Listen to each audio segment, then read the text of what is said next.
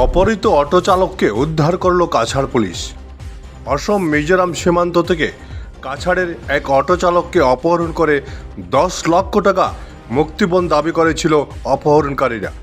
মুক্তিপণ না দিলে অপহৃত অটো চালককে খুনের হুমকি দিয়েছিল মণিপুরের বন্দুকধারী দুর্বৃত্তরা। অপহৃত অটো চালকের নাম আশরাফুল হক লস্কর।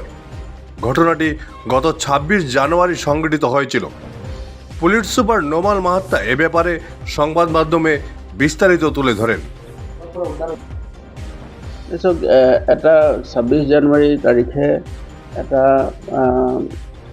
কিডনেপিং ঘটনা হৈছে বুলি তেওঁলোকে যেতিয়া আমাক থানাত ৰিপৰ্ট কৰিছে, তাৰপাছত আমি গোটেই ঘটনাটোৰ দ্ৰুত তদন্ত আৰম্ভ কৰোঁ আৰু তদন্ত কালত যোৱা নিশা, গভীৰ নিশা মানে আজি পুৱতি নিশা আমি এই মানুহজনক আশৰাফুল হক লস্কৰ এই মানুহজনক আমি ৰিকভাৰ কৰিবলৈ সক্ষম হ'লোঁ। আৰু গোটেই বিষয়টো আমি এতিয়াও অনুসন্ধান কৰি আছোঁ আৰু প্ৰাৰম্ভিক তদন্তত দেখা গৈছে যে অসম মিজোৰাম সীমান্তৱৰ্তী অঞ্চল পুলিচেৰা, তাত আমাৰ বৰ্ডাৰ আউটপোষ্টো আছে, সেই অঞ্চলৰ পৰাই সেই মানুহজন নাইকিয়া হৈছিলে। আৰু তাৰপাছত তেওঁলোকৰ মতে তেওঁলোকে পৰিয়াল সূত্ৰই আমাক জনাইছে যে তেওঁলোকে মানুহজনক মিজোৰামৰ ভিতৰত গৈছিলে, মিজোৰামৰ পৰা তেওঁলোকক মণিপুৰলৈ লৈ যোৱা বুলি তেওঁলোকে কৈছে। কিন্তু আজি আমি যোৱা নিশা আমি গভীৰ গোটেই বিষয়টো তদন্ত কৰিছোঁ আৰু তদন্তকালত দেখা গৈছে যে মানুহজন মিজোৰামতে আছিলে, মণিপুৰলৈ যোৱা নাই।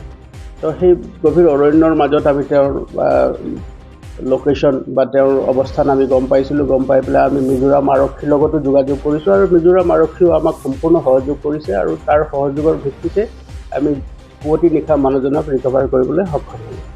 বৰ্তমান আমি তেওঁ দ্ৰুত তদন্ত চলাই আছোঁ, সোধ-পোছ কৰি আছোঁ আৰু প্ৰাৰম্ভিক তদন্তত দেখা গৈছে যে এক ধৰণৰ নিচাযুক্ত সামগ্ৰীৰ সৈতে জড়িত এটা চক্ৰৰ সৈতে মানুহজন জড়িত আছে বুলি আমি প্ৰাৰম্ভিক তদন্ত গম পাইছোঁ। তো গোটেই বিষয়টো আমি অনুসন্ধান কৰি আছোঁ আৰু যিসকল লোকে গোটেই বিষয়টোৰ লগত সম্পৰ্কিত হৈ আছে সকলোৰ বিৰুদ্ধে আমি আইনগত ব্যৱস্থা ল'বলৈ তৎপৰ হৈ আছোঁ।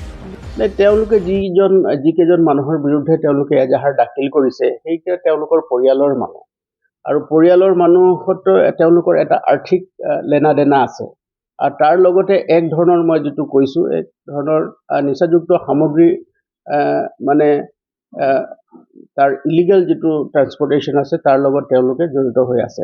গতিকে এই যিজন মানুহ কৈছে সেই মানুহজনক আমি বৰ্তমানলৈকে পলাতক অৱস্থাত আছে, কিন্তু তেওঁলোকৰ পৰিয়ালৰ লগত আমি কথা পাতিছোঁ, নিজেই মই ব্যক্তিগতভাৱেও কথা পাতিছোঁ। সেই মানুহজনক আমি শীঘ্ৰেই আমি এপ্ৰিহেণ্ড কৰিব পাৰিম বুলি আমি আশা কৰিছোঁ। কিন্তু প্ৰাৰম্ভিক তদন্তত দেখা গৈছে যে গোটেই বিষয়টো এটা আন্তঃৰাজ্যিক এটা চক্ৰ আছে, যিটো চক্ৰৰ লগত তেওঁলোকত এটা অবৈধ এটা চক্ৰ, এটা কিছুমান অবৈধ সৰবৰাহ চলাই আছে, তাৰ লগত জড়িত হৈ আছে।